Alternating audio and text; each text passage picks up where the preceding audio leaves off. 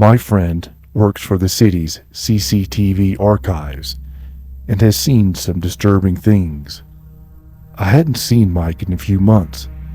He'd been buried in work, and our usual weekend nights out had all but disappeared.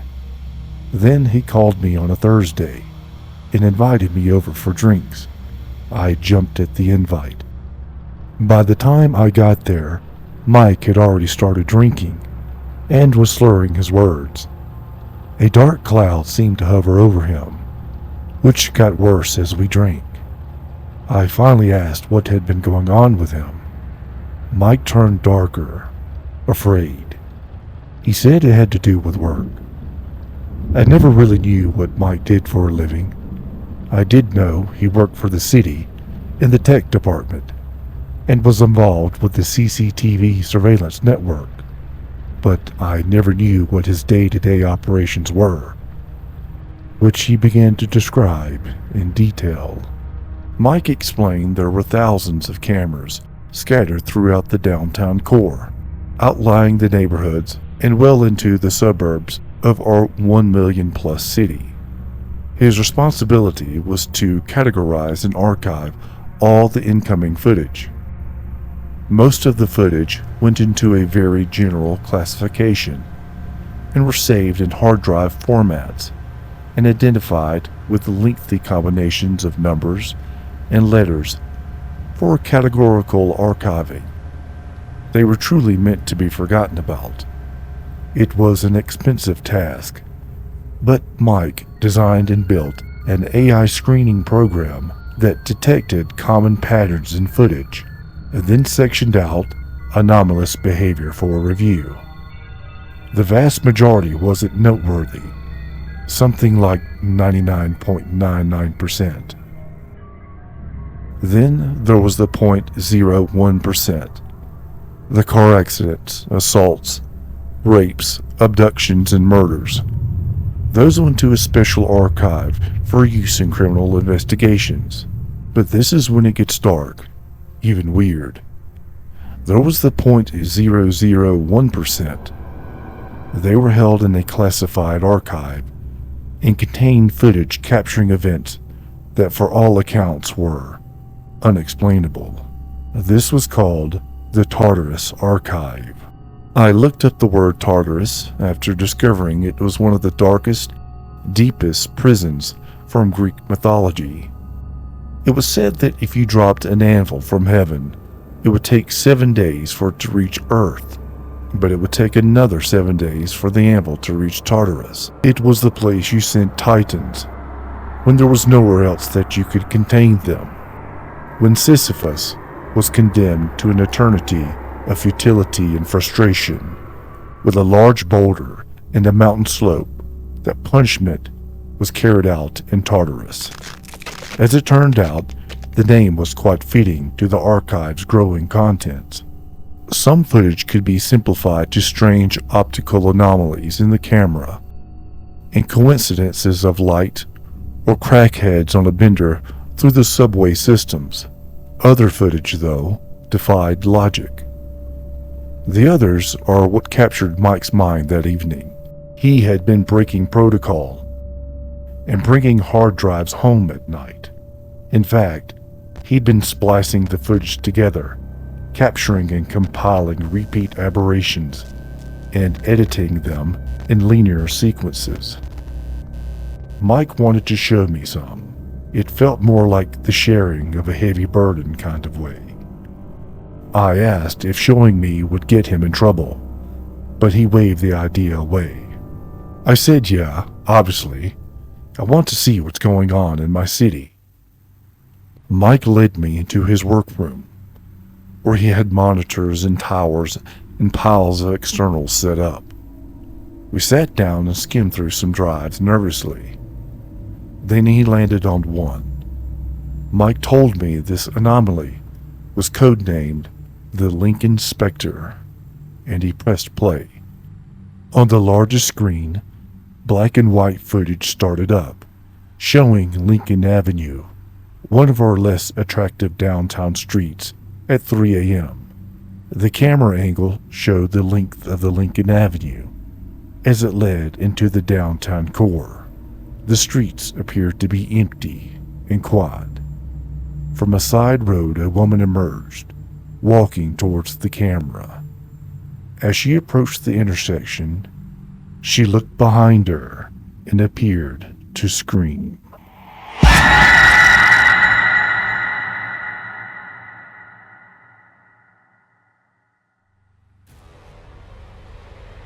She took off running, sprinting and passing the camera, which cut to a new, wider angle from another camera across the street. We watched the woman running frantically, seemingly being chased. But she was the only one in the street. There was no one else anywhere around her. The woman kept screaming as she ran, and the cameras kept following, cutting between different CCTV angles. We watched as the woman was chased into the middle of the empty intersection.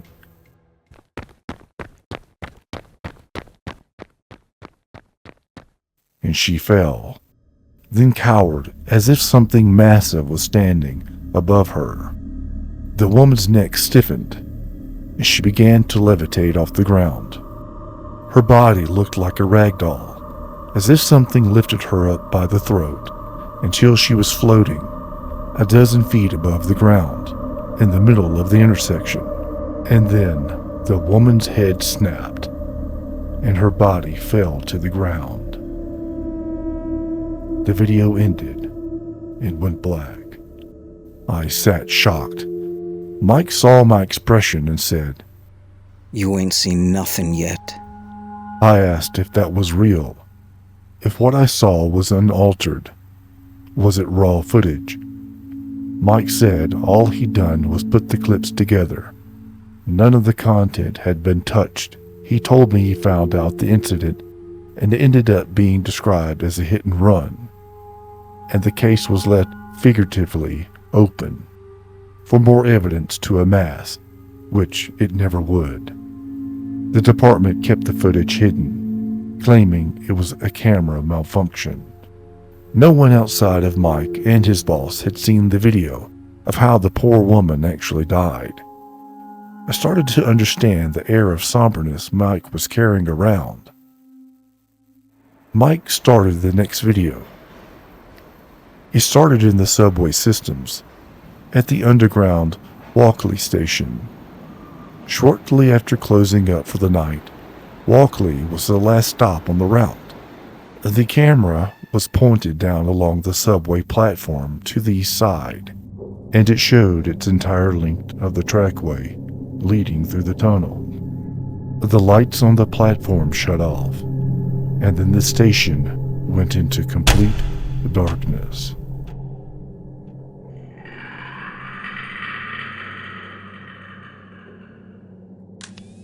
The camera switched to night vision. My eyes trained on the platform, waiting for something to happen. Finally, there was movement.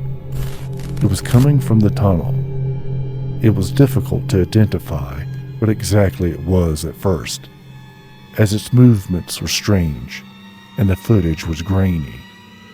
But it got closer to the camera, and then I got a better look. It resembled a human, but it was walking on its hands and feet.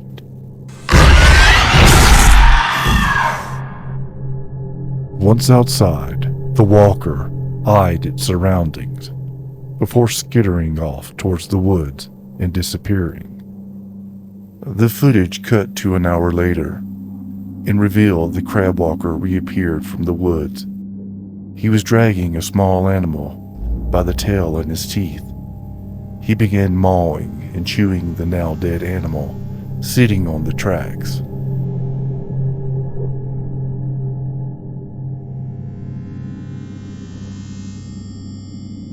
Once done, the creature crawled back through the station and disappeared into the subway tunnel.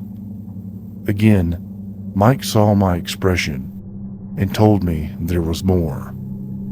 He showed me the length of the video, which was over an hour long. Mike had compiled over 20 sequences of the odd creature creeping out of the subway station and into the woods. Mike skimmed through the video towards the end, and we watched the crab walker coming out of the sewer in a downtown alley. He crawled over piles of garbage bags and cardboard boxes, making its way down a dark alley. There was someone sitting, or perhaps sleeping, against a box. As the creature got closer, it appeared to be quieter, more stealthy, as if to hunt its prey.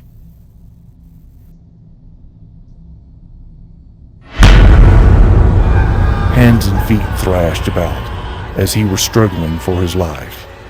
Then silence, as if chaos never occurred. I couldn't see what was happening because of all the darkness. Mike leaned over to me and whispered, The crab walker was eating a homeless man. This caused a criminal investigation, as the dead body was found mutilated and festering in the open alleyway. Mike followed up on the inquiry. What he discovered was the crab walker was who authorities believed to be a man named David Fletcher. Decades ago, David had been a prominent lawyer with a family. One Christmas, there was a house fire, and his wife and kids were killed in the blaze. It was David's fault. He lost everything, including his mind. Everyone has a breaking point, whether they know it or not. A place where they bend too far and then snap. David found his.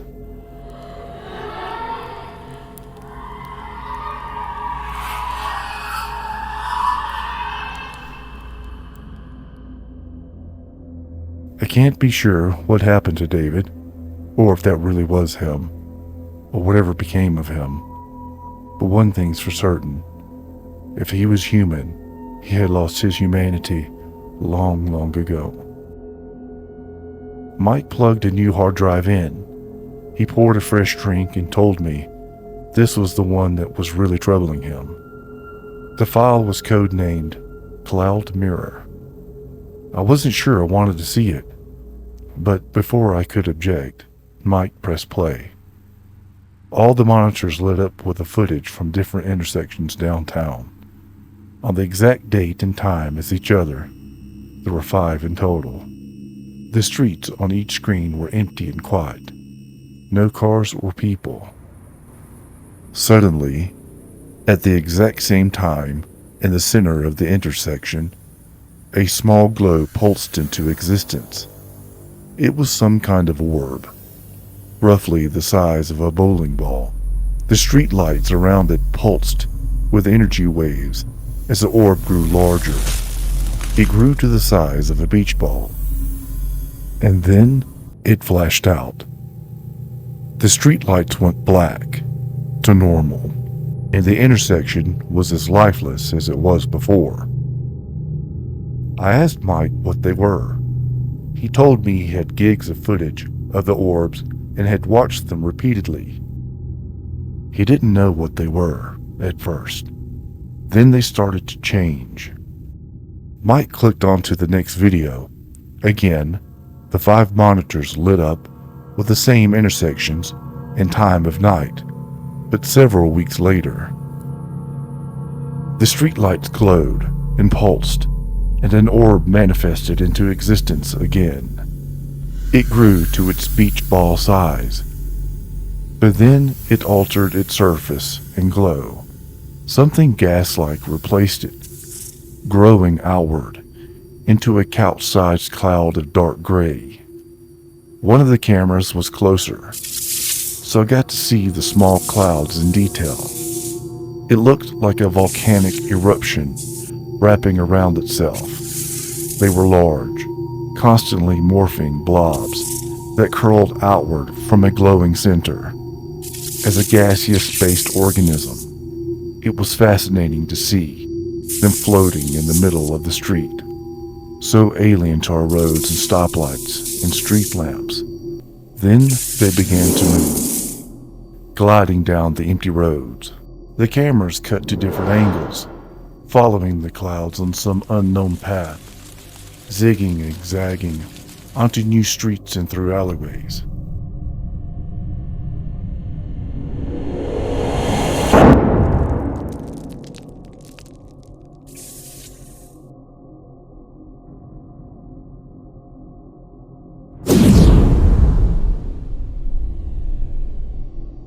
Then they'd stop. The clouds hovered in the center of the intersection. They lowered to ground level, standing straight up like a large coffin, holding rigidity to their shape. Their exteriors continued to shift and mold together, like magnets made of smoke. Something on one of the monitors caught my eye. Down the street, people appeared. They'd seen the cloud and were walking towards it. The group looked drunk and fascinated by the floating entity. So much so, they were approaching it. As they did, the cloud became brighter. The street lamps around it pulsed. The group were in some kind of trance, staring into the morphing blob. One of the group, a guy, stared into it like a zombie, then walked right into the cloud and disappeared. None of the group tried to stop him. Instead, another one followed him in, and another, and then another. All members of the group disappeared within the cloud. Then they reappeared, one at a time. The guy first, then in order they went in. Only they weren't stumbling and boisterous and drunk now. They were walking upright, using minimal movement, facing the strange light.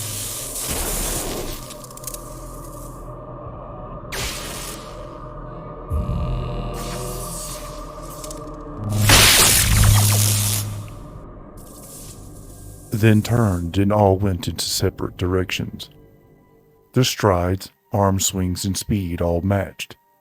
Another monitor showed a similar situation, with a large group of people, lost in a reverie, as they marched, one after another, into the cloud. Each monitor showed the same thing, people entering the clouds and coming back out, different. Mike stopped the video. I asked if he had shown this to anyone else. He said he hadn't, not even the one to his boss. I asked why didn't he show the footage to him. This footage seemed to be more than serious. People were being replaced by something. Mike sighed and put on a new video. The main monitor lit up and showed a new downtown street. The date was from earlier this week. One of the clouds was floating in the intersection, and a middle-aged couple were walking nearby.